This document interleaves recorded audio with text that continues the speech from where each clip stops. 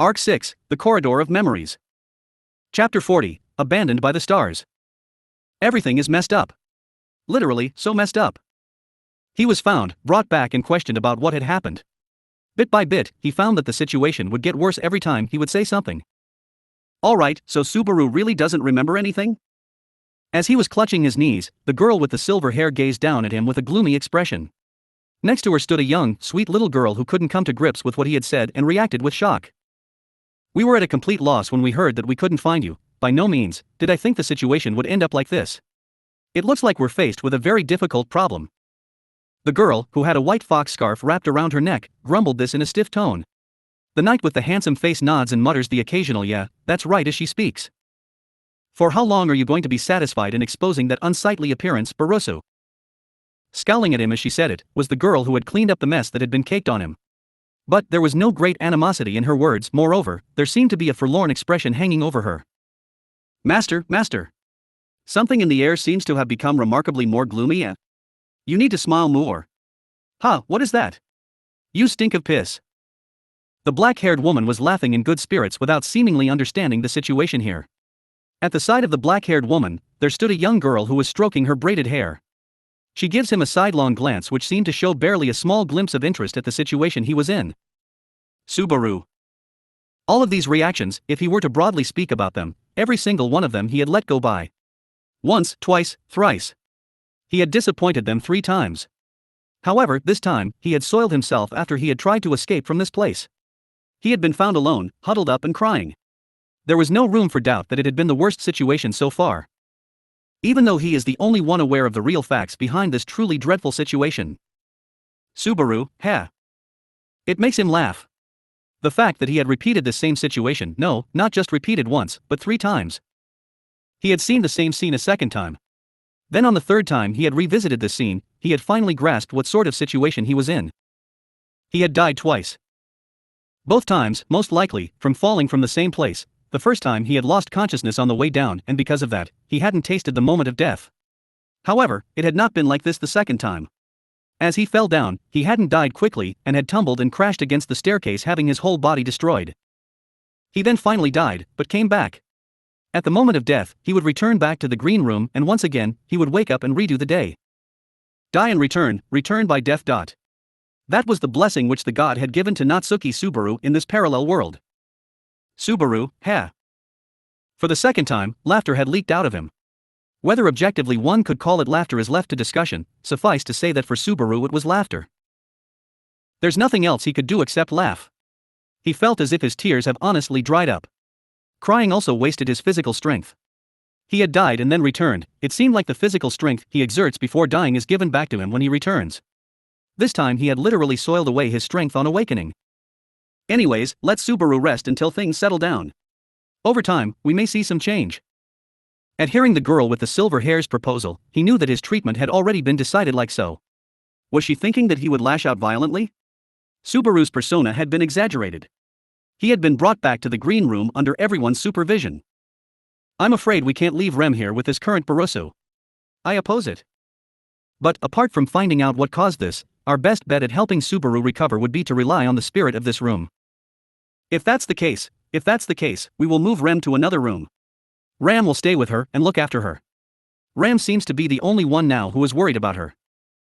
He wished he was in a place where there were no quarrels or clash of opinions. Whatever it is, he has no options. Taking the initiative and having the willpower to do things such as resolutely overcoming this situation, the current Subaru didn't have that within him. Poor Rem. She uttered this so Subaru could hear her, just before she carried the sleeping girl out of the room.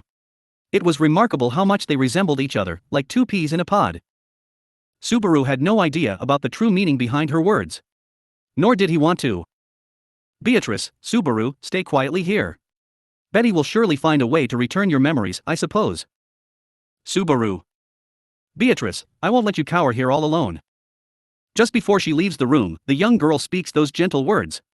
Her voice is tinged with grief, yet there is also a hint of noble determination within it. The voice is strong and doesn't doubt what she says. In that way, in response to her voice showing that she is concerned for him. Subaru. Subaru shrunk back in an attempt to avoid her outstretched arms. Seeing his reaction to this, the eyes of the little girl swayed with hurt. Beatrice. They were strangers. No matter what, they were strangers. But for Subaru, they weren't strangers. For the girls, the Subaru here was a stranger. Their familiarity, their worry, and their deep affection was directed at the original Natsuki Subaru and not at his current ruins. And at the same time, Subaru, I have no reason to be killed. He had been left behind in the green room, alone. Subaru grinds his teeth as he mutters this. It's still not yet a good thing to turn towards those good feelings of comfort, or to blow off the bonds that he had supposedly accumulated over time, and the trust and deep affection he has no memory of. However, why does he have to bear the consequences of the murderous intent that Natsuki Subaru had accumulated towards him? All the good things and the bad things, everything that was jumbled together was not his own. Despite this, why must he struggle and drown in this place? Subaru, I'm sorry. After a few hours of being alone, Subaru pushes his back up against the wall, and steadily gets up. Having bitten down on his lips too much, he spat out the mixture of blood and saliva that had piled up within his mouth. Then slowly he starts to walk towards the green room's exit. *TSSSSSSSSSS*. Behind Subaru, the only presence that he could hear was the black lizard's cries. The cry sounded somewhat feeble, as if it was crying out in loneliness. Subaru shakes his head at that thought. It's just a big reptile feeling loneliness. Even for him, there was a limit to his stupidity. Subaru, somebody will bring you food. Shush now. The lizard continues to give out its feeble cry despite what Subaru had said. Without listening to it, Subaru shakes off his reluctant thoughts and steps out of the green room. He checks to his left and right, making sure the coast is clear, and starts to stealthily walk away. Subaru, water, and where they keep the food. He knows where those things are. As he had accompanied her to draw water, he knew where he could find it. He also knew where he could find food. The only other question he had was how much of it should he bring? Subaru. To be honest, there was something Subaru didn't know. What on earth had pushed Subaru down those stairs and robbed him of his life? However, there was something that Subaru clearly remembers. Back then, at that place, someone had pushed Subaru's back. It wasn't due to some ridiculous reason such as being clapped on the shoulder from behind or being blown off by a strong gust of wind. He was certainly pushed. He had been on the receiving end of definite, murderous intent. Natsuki Subaru had been killed. The suspects were 7, Emilia, Beatrice, Ram, Anastasia, Julius, Meili and Shala. Subaru doesn't know how many of them are his friends, and how many of them are his foe. After all, Subaru now had no way to deem if all of them were truly his acquaintances. In reality, couldn't they all be assassins gathered here at this tower to kill Subaru? Subaru, if that's true. Even if he brings out only a bit of food, he can't feel guilty about this. However, at the same time, the first and second time he had met them, Emilia had called out to him in the same manner, and Beatrice had told him that they would look for a way to return his memories, and Ram had cried out refusing to believe that he had lost his memories. He doubts that they were acting. Subaru. It was impossible. Having gone through all that horrible stuff, he had been killed not just once, but twice. Subaru doubts the girl and the others from the bottom of his heart, and yet, he couldn't run away just for his own safety. Subaru, shit, half-assed son of a bitch. He swears at his own disgraceful behavior, unable to choose, as he starts to secretly pack away food. So to speak, he was collecting emergency rations. He was putting no consideration into what it would taste like. Of course, what was important now was that the food would fill him up. Other particulars like taste were secondary, no tertiary. He had roughly taken enough food to last him 3 days. He had in a similar fashion drawn enough water and placed it in leather drinking pouches to carry along with him. Subaru, there's a desert outside, but... He donned a cloak that had been stowed in the same place as the food. In terms of size and design, Subaru immediately noticed which one was his. The cloak is designed so when you clasp the front together it can be pulled up to cover his mouth. It seemed like a perfect countermeasure against breathing in the sand of the desert. And after collecting food, water and tools to help him in the desert, his preparations were complete. Subaru, I guess it is past the time where I've twice died.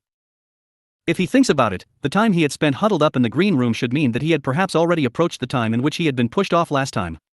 The effectiveness of return by death had immediately demonstrated its power. Like this, one by one, he could overcome his own death flags and continue walking the tightrope of life and death. Subaru. He doesn't want to do that. It would be better for him to not be in this place, if he were to have to go through something like that. Subaru jumps out of the room and starts to jog. He heads towards where the spiral staircase is located using the mental map he had drawn in his head of the area. Twice he had been pushed down from this place. Naturally, his mind was screaming at him to get out of there. However, Subaru. Immediately after arriving at the spiral staircase, and being momentarily enraptured by the scene in front of him, Subaru looked back behind him and carefully examined whether the assassin was hiding somewhere behind him. Luckily, because the time was different to last time, or because the assassin did not know where Subaru was, he couldn't find any trace of an arm stretched out preparing to push his back. About now, everyone was probably at the library where the memories of the dead sleep, or they had headed upstairs, and are waiting to face that arrogant examiner. The memory of having his internal organs messed with by this man resurfaced, and a feeling of wanting to vomit wells up within him. Subaru, as if you can challenge a guy who's like that. He wasn't human. Both in skill and personality. By no means at all does it seem likely to win against such an opponent, were you to challenge him. If that's the case, what's it to him to overlook the fact that they had gone to face a fight they know they couldn't win? Subaru, hell if I know. Since a little while ago, this enigma had kept popping up in his mind, and had been trying to stop his feet. So what? He doesn't care. Although she may have been gentle and kind, it may have all been a lie. She may have acted worried, but behind her back she may have been sharpening the blade of murderous intent. At least she could have warned him of the possibility that a dangerous individual was lurking somewhere in the tower. Subaru, well, what if the person they told me about an enemy? Enemy was a word of ridicule. In his everyday life in his world which was relatively unaffected by conflict, the opportunity to utter a word like enemy only existed within games. This world was one where you were forced to say that word, as if it were only natural. No, that is wrong. He doesn't want to be in this place. He doesn't want to stay here. Subaru runs, biting down the unbearable irritation that was boiling within his chest. He runs down the spiral staircase, heading down towards the 5th floor that was out of sight. There are many steps spiraling endlessly down the wall, and he cannot see the end of them as he goes downstairs. He frantically ran down as fast as he could, puffing and panting, to the point that it almost seemed comical. Still, he didn't want to die. Subaru, I made it, phew. He had made it down to the 5th floor.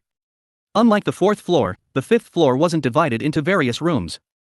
Rather, it was like a single hall that occupied the entire space of the floor. The only thing that was noticeable within the 5th floor was a set of stairs that led downwards to the 6th floor and Subaru, a huge door. Looking up at the huge door, he sensed a terrible feeling of oppression emanating from where it stood. Subaru.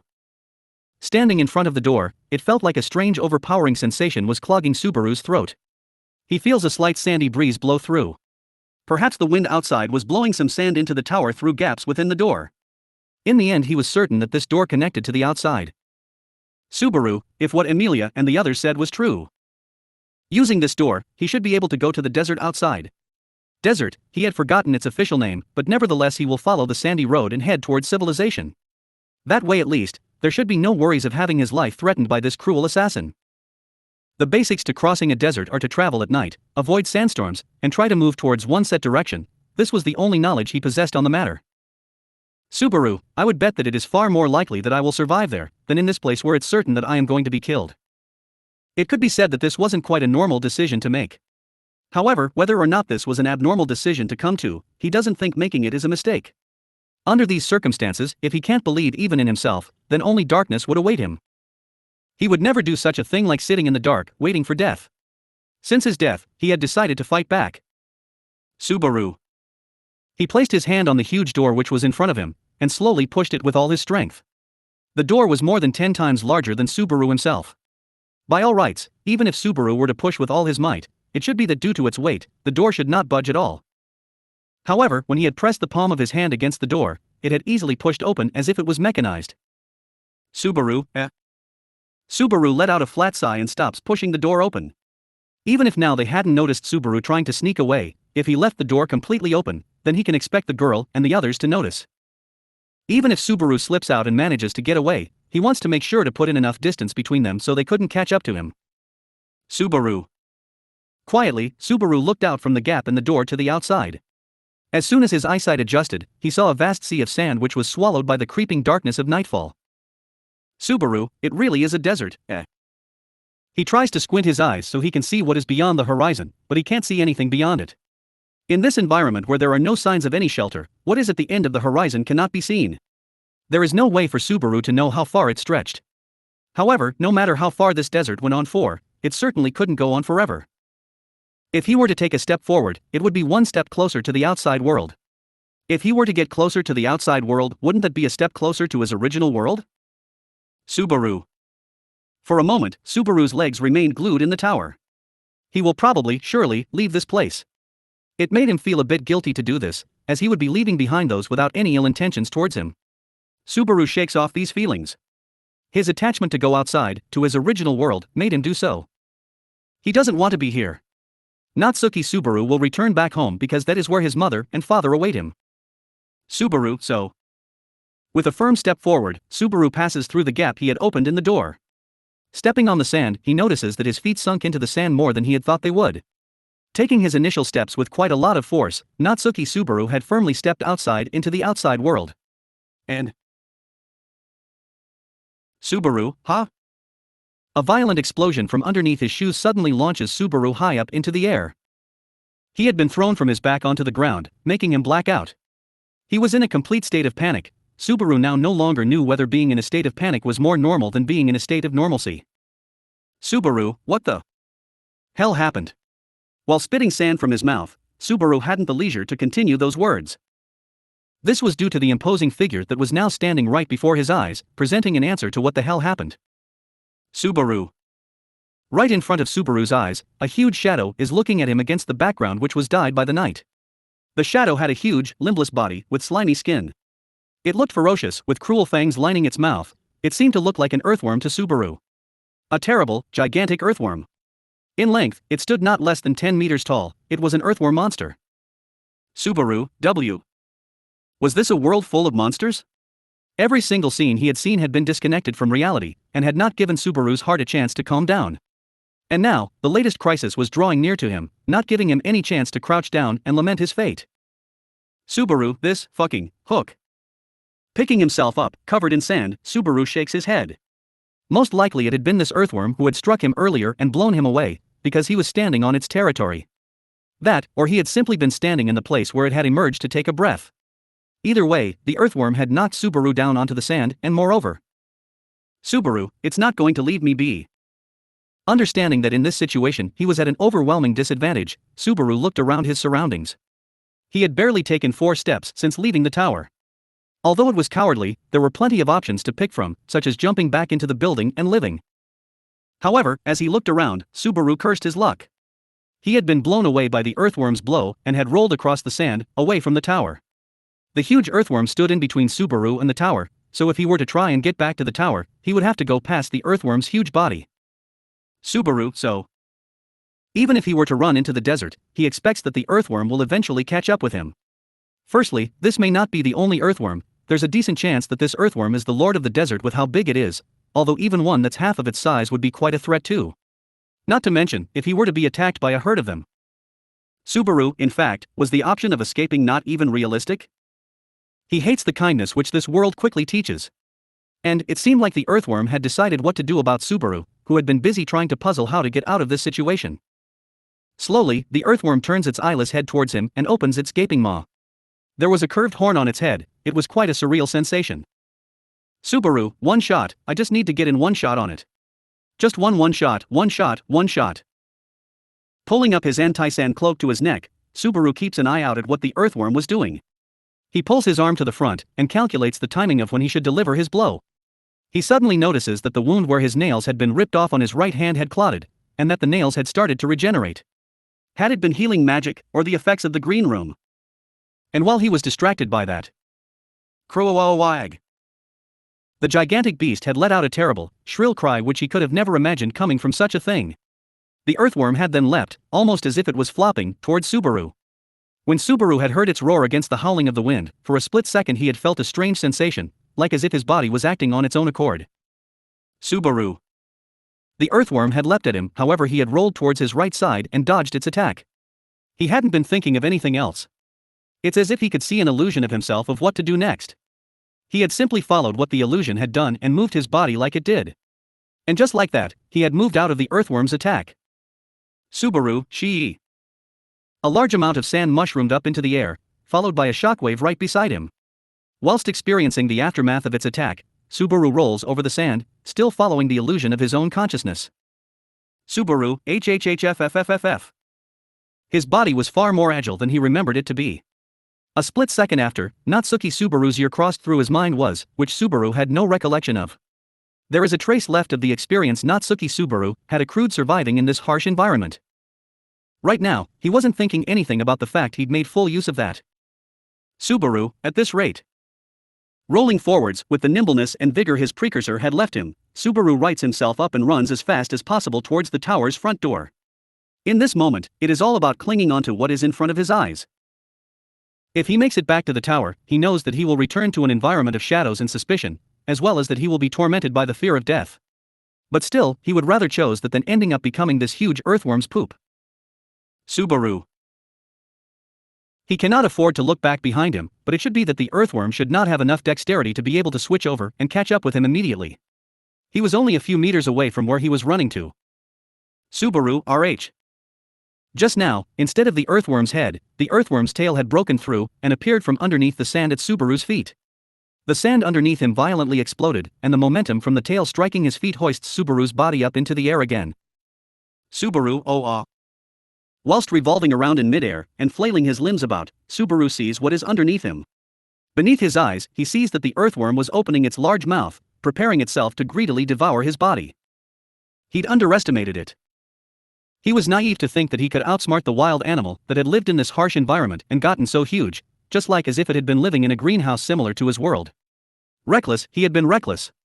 He will pay the price of his own impudence with his life. Subaru, no. Whilst falling, he shouts this out, like a trapped insect struggling to escape a spider's web. Die, would he die again? If he dies, he doesn't know if he will even remain dead. If he is to die and it end here, what would happen? Could he bear it? If he were to be thrown forever into the never-ending darkness like this, could he bear it?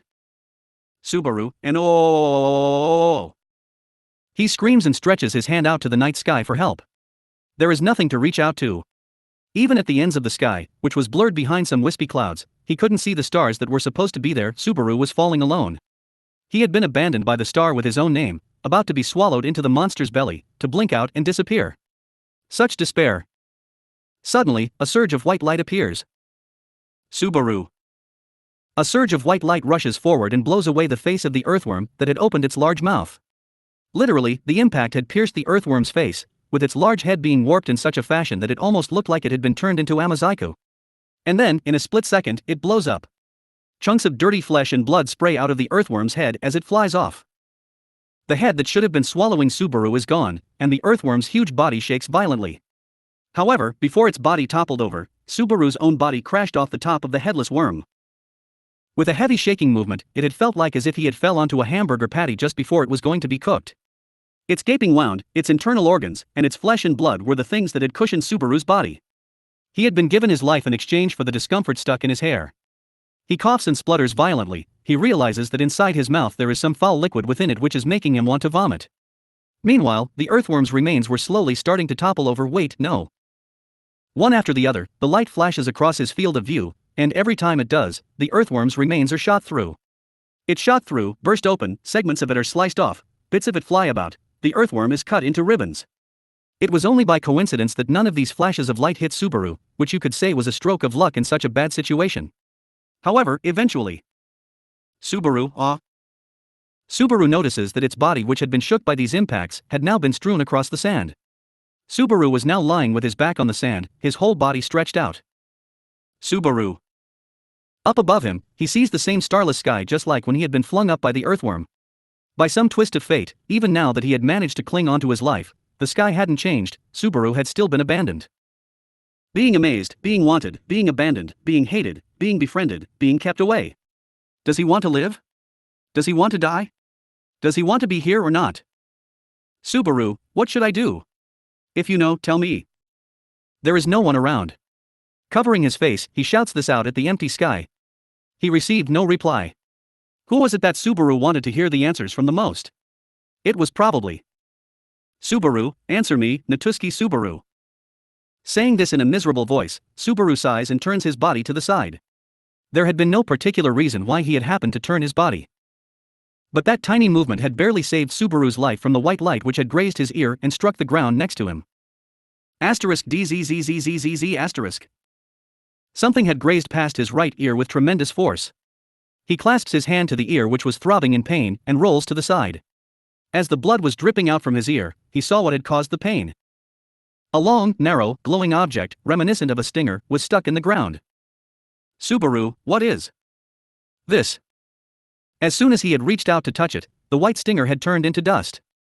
And, right after that, Subaru's field of view shook. Subaru. It shook greatly from top to bottom. Whether it was because of an earthworm wriggling, or whether it was because the last stinger had stabbed into it, the ground underneath Subaru's buttocks was collapsing. He was sinking down along with the surrounding earth. Subaru, UAAAAAAAAA. His fingers slip through the sand as he falls, trying to find anything to hold on to. Rather like an insect falling into an anthill, Subaru's body sinks to the bottom of the sandy floor, unable to do anything about it. His arms and legs are buried. He cannot move them. Turning his head up, he desperately gasps for air. His whole body was being swallowed by the sand. He frantically tries to fight against the premonition that he was about to be buried alive. Subaru, someone, help me. He couldn't say what he wanted to say next. Subaru's entire body was being swallowed by the sand, sinking. And the stars do not even take one single notice at the miserable, struggling Subaru. Chapter 41, The Scent of Peace. His consciousness returns. The first thing he feels is a difficulty in his breathing. Subaru, cough, hack. Feeling something unpleasant collected in his mouth, he coughs violently, spitting out sand and forcing open his heavy eyelids. He had lost consciousness. He feels sand trapped within his eyelashes. While fighting against that, Subaru wonders what had happened and tries to recall what had occurred to him just before. If he remembers correctly, there had been a terrible confusion, and after that he had attempted to leave the tower. There was no doubt that he had managed to leave the tower without being disturbed by anyone but Subaru, the earthworm, the white flash of light. Recalling the terrifying incident that had happened just after that, and recalling how the impacts had continued to rain down, one after the other, Subaru seemed quite suspicious at whether he was actually alive. Had it only been down to luck that he had survived all of these abnormal events that he had been dragged into? However, even if he were to die, it was doubtful that he'd truly remain dead. Though that was how the current Natsuki Subaru was, an unwanted foreign being. Subaru, after the stingers, I fell right into the termite nest. He remembers that the ground beneath him had collapsed and he, along with the earthworm's gigantic carcass, had been swallowed by the earth. He had managed to stretch out his head to secure some oxygen, however even his head had been swallowed up by the sand, and he had faded out of consciousness. It seemed as if he should have died of suffocation, but that hadn't been the case. Subaru, this place, is this underground area beneath the desert? Looking around, he couldn't find a source of light in this room. The darkness was so thick that he could barely see anything nearby. Opening his heavy eyelids, he takes the palm of his hand out of the sand and pushes it forwards in front of him. Only barely can he see that it's there. The world around him was too vague to let him see the existence of this lifeline. It really seems as if he just barely remains in the world of the living. Subaru, this ain't appealing, damn idiot. Thinking that much, Subaru tries to slowly move his arms and legs in an attempt to release his body, which was trapped in the sand, from the heavy pressure around him. The feeling that he couldn't breathe was due to the bed of sand that had swallowed him from his waist down. He was quite lucky that his upper body hadn't been buried. You could say that this process of extraction could be likened to trying to raise up a flag on a sand dune without causing the flag to fall over. Subaru carefully extracted himself out from the sand, moving it away, making sure not to make any poor movements to avoid burying himself in the sand again. Subaru. After barely escaping from the sand, he felt a great sense of fatigue overpower him. It was likely because his body temperature had been sapped by the cold sand along with the continuous pressure it had exerted on him. The fact that he couldn't grasp how long he had been out cold was horrible. Subaru, guess I was lucky that when I was out cold another earthworm didn't come and munch on me. Whilst speaking, Subaru becomes aware that his throat is parched, and he moves his hand to his waist. When he had escaped from the tower, he had fastened some leather pouches containing enough water to cross the desert there. But his fingers which had been trying to grab that water closed around thin air. Despite fumbling around several times for them, he couldn't find the leather pouches. Subaru, I should have expected this, considering I was buried from my waist down. It seemed like the water pouches had come off when he had been swallowed by the sand. As well as that, it looked like the bags filled with his emergency rations had also come away. Although it indicated he was in a fatal situation, he remained calm at heart. Already, his heart had been paralyzed by this cruel situation. It was perhaps becoming absurd to react every single time like this. Subaru, at least, it's gotta be nearby. Getting on his knees, he fumbles around the bank of the sand mound that he had just gotten out of. It is quite a large amount of sand. He didn't expect to find it, but as if it was just mere consolation, he feels something soft exactly where his body had slipped out of. Confirming it with his fingers, he was surprised to find that it was the leather pouch that he had been looking for. But Subaru, it's empty, so why am I even surprised by this again? Feeling the pouch with his hands and gauging its weight, he realizes the contents are empty. Just in case, he places the opening of the leather pouch to his lips, but only a few drops trickle onto the tip of his tongue. Even if it was just a little bit of water, now every drop of it was precious. He was thirsty for more. Subaru places the leather pouch to his waist and decides that he will feel around his surroundings again. Subaru. If he had found his drinking pouch, there could also be a chance that he'd find his food. But such an expectation had been betrayed, just like when he had found his water. His food had fallen out and was now scattered all around the mound of sand he had been buried in, almost as if it had messily eaten it up. Subaru. Due to it being dark, he can't see around the sandbed properly. However, he can recognize that the food that he had brought now lies scattered around it. The crumbling pieces left on top of his palm have not maintained their original shape. If he were to speak truthfully, he recognizes that the food is now inedible and leaves it scattered there. Gulping, Subaru's throat ached in thirst. Subaru's food was scattered around his surroundings. This fact clawed at Subaru's mind, as if it was scratching him with nails, as he desperately tried to remain calm. Subaru starts to sweat profusely, wasting precious water, as fear fills his heart as he thinks of being preyed on by earthworms. Originally, this huge earthworm had crawled out of here, so to speak this was the monster's habitat. The earthworm who must have been the chief among them had died, but it would be no surprise to him if there were other monsters inhabiting this passageway which it had cohabited with. Subaru, I need to leave this place. As soon as possible. However, he knows that he can't see his surroundings well. He starts to crawl using his hands and knees, relying on feeling his way using the ground beneath him, never mind even the walls. He could merely flee crawling on his hands and knees, making sure to check for ground, walls, a path, his own being. Subaru, ow, it hurts, shit, ouchie. His right ear had been grazed by the white stinger, the fingernails on his right hand were still halfway through regenerating, and the organs in his body were still aching him. While suffering from all this pain, Subaru was crawling out, trying to escape this place. Even if beforehand he didn't know exactly what the heck he was running away from, now, he must do anything to get away from this strange being. Anyway, in order to get away from this unfamiliar being which inspired such fear in him now, he had no choice but to continue his escape. Subaru. Smelling something, Subaru moves his hands and feet forward towards it, as if he was being guided by it. The smell gradually became stronger, eventually becoming strong enough to be regarded as a reliable sense. It guides Subaru deeper within. It had been a little over an hour since Subaru had begun to crawl out of this place. Whilst escaping, Subaru had accidentally slid down the sandbed quite a few times, and had also been obstructed by walls in his way on this trackless path. Sometimes, sand had rained down from above which had caused him to react by rolling over in fright. Whilst doing that, Subaru realizes that he's within a cave underneath the desert. Although it hadn't really been any great salvation that he had noticed this, it did bode an omen to its real meaning. A strange, yet alluring scent suddenly drifted into his nostrils. By no means could he call such a strange thing sweet-smelling. In a typical situation, smells are generally considered to be of lower priority, and have less value when trying to figure out a situation. However, considering that his sight was sealed by darkness, and he couldn't tell what was happening in the world around him, this sudden stench felt extremely fresh to him. Therefore, Subaru started to crawl using the wall to feel his way towards the source of the scent. It looked just like when a young child first starts to learn how to walk using walls.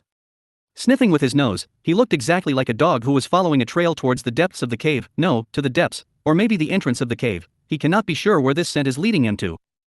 Subaru, pant asterisk. Without even noticing, Subaru had stuck his tongue out and had started to pant heavily, exactly like a dog would.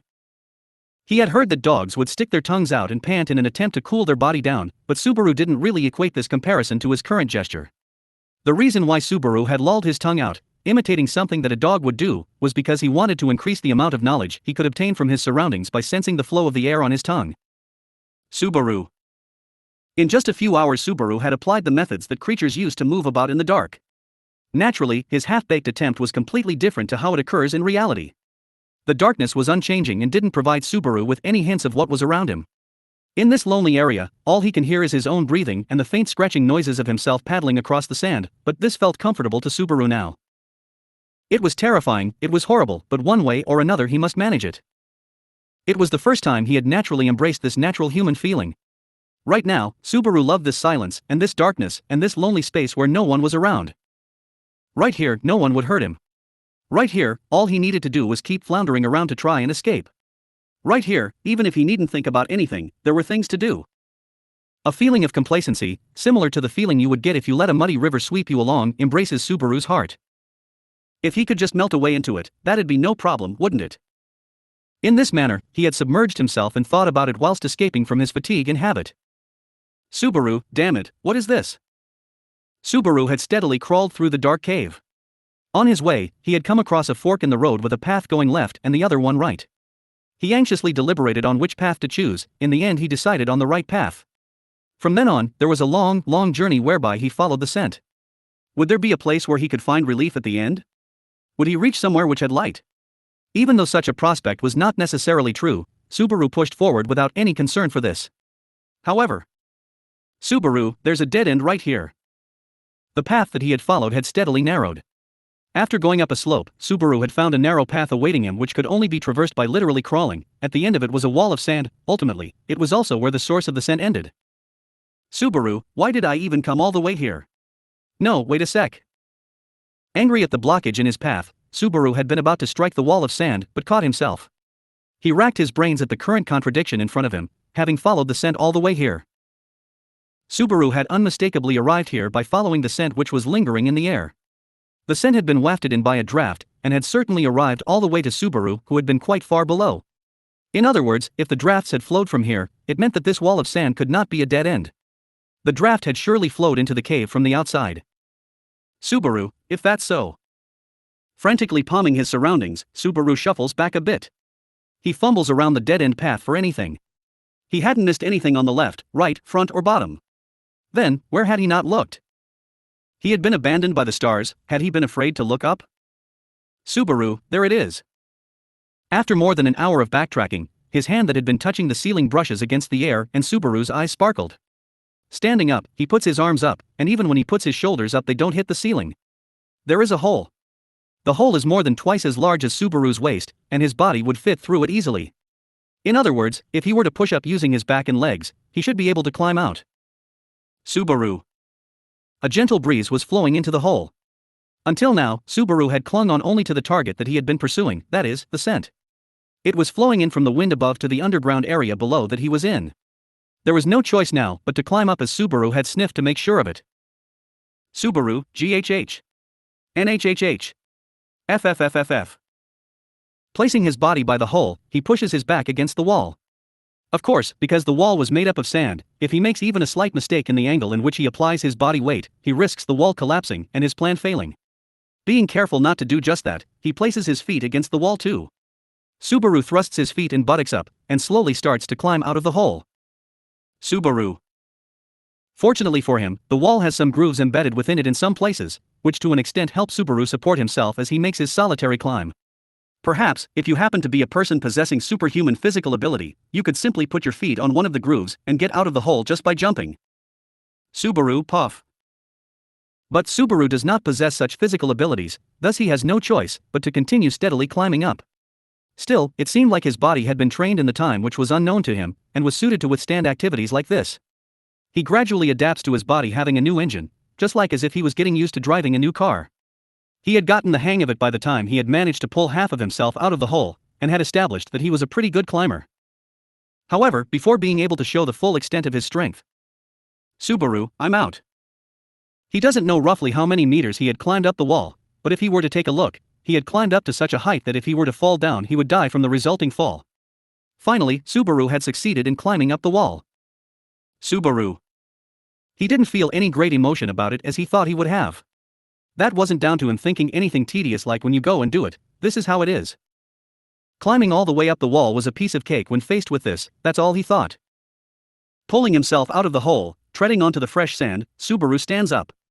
And, taken aback, he mutters a brief word about the majestic structure that was standing in front of him. Subaru, a door. Right there in front of him, there was only a strange door standing there without relying on anything else for support. Subaru was at loss at what to do about the door that was standing right in front of him. Subaru, I can see it. It seemed that the hole Subaru had gone through did not lead towards the surface. He was most likely still inside the cave. If there were different tiers to the cave, then the place he had probably dropped down to was B2F, and now he was at B1F. Rather than it being a large-scale area, the room was hidden by the means of something that you could call a stopgap. The room had nothing that resembled walls or floors, it only had a single door which was standing there stock still. Could there be anyone at all who could fathom what this meant? Subaru, other than me, that is. Whilst looking at the door, Subaru announces this with extreme arrogance. Placing his hand on his chest and widening his eyes, he was clearly aware of what the door he had suddenly encountered was. It was his door. He had a strange confidence about it. He was confident that this door was his own. The draft that had flowed to the underground area he had been in, the scent that had been carried in by the breeze, he had followed it all the way here. Everything was bringing Natsuki Subaru to this place. And now, the door that stood in front of his eyes was glowing. Even in the darkness it was asserting its presence, it was longing for the moment when Natsuki Subaru's hand would open it. Subaru. Subaru walks up to the door with a spring in his step, as if he was about to go and caress something beloved, like a sweetheart. It looked like a set of wooden double doors that were about twice as high as Subaru. Straining his eyes, he can see that at the center of the double doors there was a doorknob that allowed it to be opened. He can also see a strange pattern in that particular area. He can see 7 jewels there. Subaru, wah. Whilst looking at the jewels, Subaru touched the door. And just as he did, the jewels on the door started to shine, 4 of them. 4 of the 7 jewels were shining brightly, welcoming Natsuki Subaru's visit. The door's master did not admit the visit of those who didn't possess the keys. In the wink of an eye, after he blinked, Subaru did not know where he was. Subaru, wah. Breathing a sigh like as if he was stunned, Subaru looks down at his hands. He can see. Of course. There was light here, there was color. He can see where he is standing. He is standing on a stone floor, there's stone on the floor. Subaru, tch. Subaru's body stiffens as he looks around his surroundings in confusion. In his surroundings, there are reddish-brown walls, they were the walls of the circular tower. The huge door behind him leads to the outside. He was inside the tower, he was on the 5th floor of the Pleiades watchtower. He had come back to the very place that he had tried to leave with determination. Subaru, there's no way. He can't continue. His words never come out. It must have happened just after he had blinked. In a split second, Subaru had ended up standing stock still in this place. He cannot break out of his shock, he feels dizzy and his feet start to wobble. He was barefoot, his shoes had come off. Subaru grinded his teeth together. It isn't the case that he is completely stunned by this place. He could run away right now, no. Subaru, why should I run away?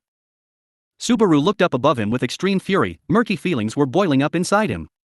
A burning hate like molten magma was zealously whirling inside Subaru without him even being aware of it. His time alone had ended, the peaceful darkness had ended, clinging to that scent had ended, his hatred was one without rhyme or reason, towards the fact that everything he'd had there had been wrenched away from him. Subaru. Why does Subaru have to run away? Someone plans to kill him, and had once, no twice taken his life. Why would he want to be in place where they shamelessly masquerade as good people, hiding that fact under a guise of tranquility? There are only suspects inside this tower. Does he want the culprit to be inside? Did he escape because he couldn't do it? He had been an idiot, he didn't know anything. If whichever one of the suspects was the right one, then he could just crush them all until he found the right one. Subaru. Luckily, all of those bastards were careless around Subaru. He would find out whether it was only the culprit that would show caution around Subaru though, the culprit has no way of knowing that he is suspected by Subaru. That is the advantage Subaru has here, having once died. Once he had realized that he had died, he knew that someone was trying to kill him. The only thing he has to do is kill them before they commit that act of murder again. Subaru, ha! A wicked smile appears on his face, and Subaru covers his mouth with his hand, stifling his laughter. The idea for his gratification had just suddenly leapt out from inside his head. Subaru had received a blessing from the heavens to pick up and rescue himself. Subaru. Then he needed some sort of weapon to set things straight swiftly. Subaru rushes down the spiral staircase, he was going down towards the 6th floor below him. The 6th floor was fuzzy in his memory, but he recalls that it is the lowermost floor of this tower. When Subaru and the others, when the original Natsuki Subaru and the others had come to the tower, they had borrowed on the strength of lizards to cross the desert, using things that looked rather like horse-drawn carriages. Of course, if there are such things lying about, they may come in useful for an emergency. Subaru. Subaru had arrived at the lowermost floor and found the carriage he was looking for, however his feet had stopped there. The reason that he had reacted like that was because just beside the carriage, collapsed, there was a huge lizard, already dead. Its head was missing. Its body from the neck down was lying on the floor. Had the blow that had decapitated it been that powerful? The head that had been blown off was nowhere to be seen nearby. Instead, blood had flowed out of its huge body, staining the ground below. He found that a considerable amount of time had passed since this tragedy had occurred, since the blood had dried already. Subaru, the stingers. What Subaru had thought about in this moment was that it looked a lot like how the mysterious white stingers had blown up the head of the earthworm which had battled against him immediately after he had left the tower. This impression was consistent with the remains of the lizard that had collapsed here. Then that attack was from someone inside the tower. It was highly likely that it was one of the suspect's attacks. Thus, the lizards themselves had been treated just like cattle, in their pitiful lack of burial too. Subaru, does this mean they are not trying to hide their true colors anymore? It seemed like his opponent had been quick-tempered, and rather than giving Subaru a chance to escape, they had instead delivered a decisive blow. Whilst trembling at this fact, Subaru went inside an intact carriage. It showed signs that it had been used as a place to sleep. Tearing through the inside, Subaru finds a big knife inside one of the baggage. Dare he say it had some purpose? Was it something similar to a survival knife? Rather than it being an all-out weapon, the large knife was probably good for cutting through obstacles, but in this situation, it would still be a splendid weapon that would fulfill Subaru's aims. Subaru, I don't know who the enemy is, but he will show them. With his body burning with dark feelings, Natsuki Subaru heads upstairs, knife in hand. A twisted smile curves across his cheeks, boosted by his hatred. If he wants to be saved, if he wants to escape, he must believe that anything he murders is justified. With that, he will go forward. Below his smiling cheeks, he doesn't notice the tears of fear that are streaming down his face. End of chapters 40 and 41, Abandoned by the Stars.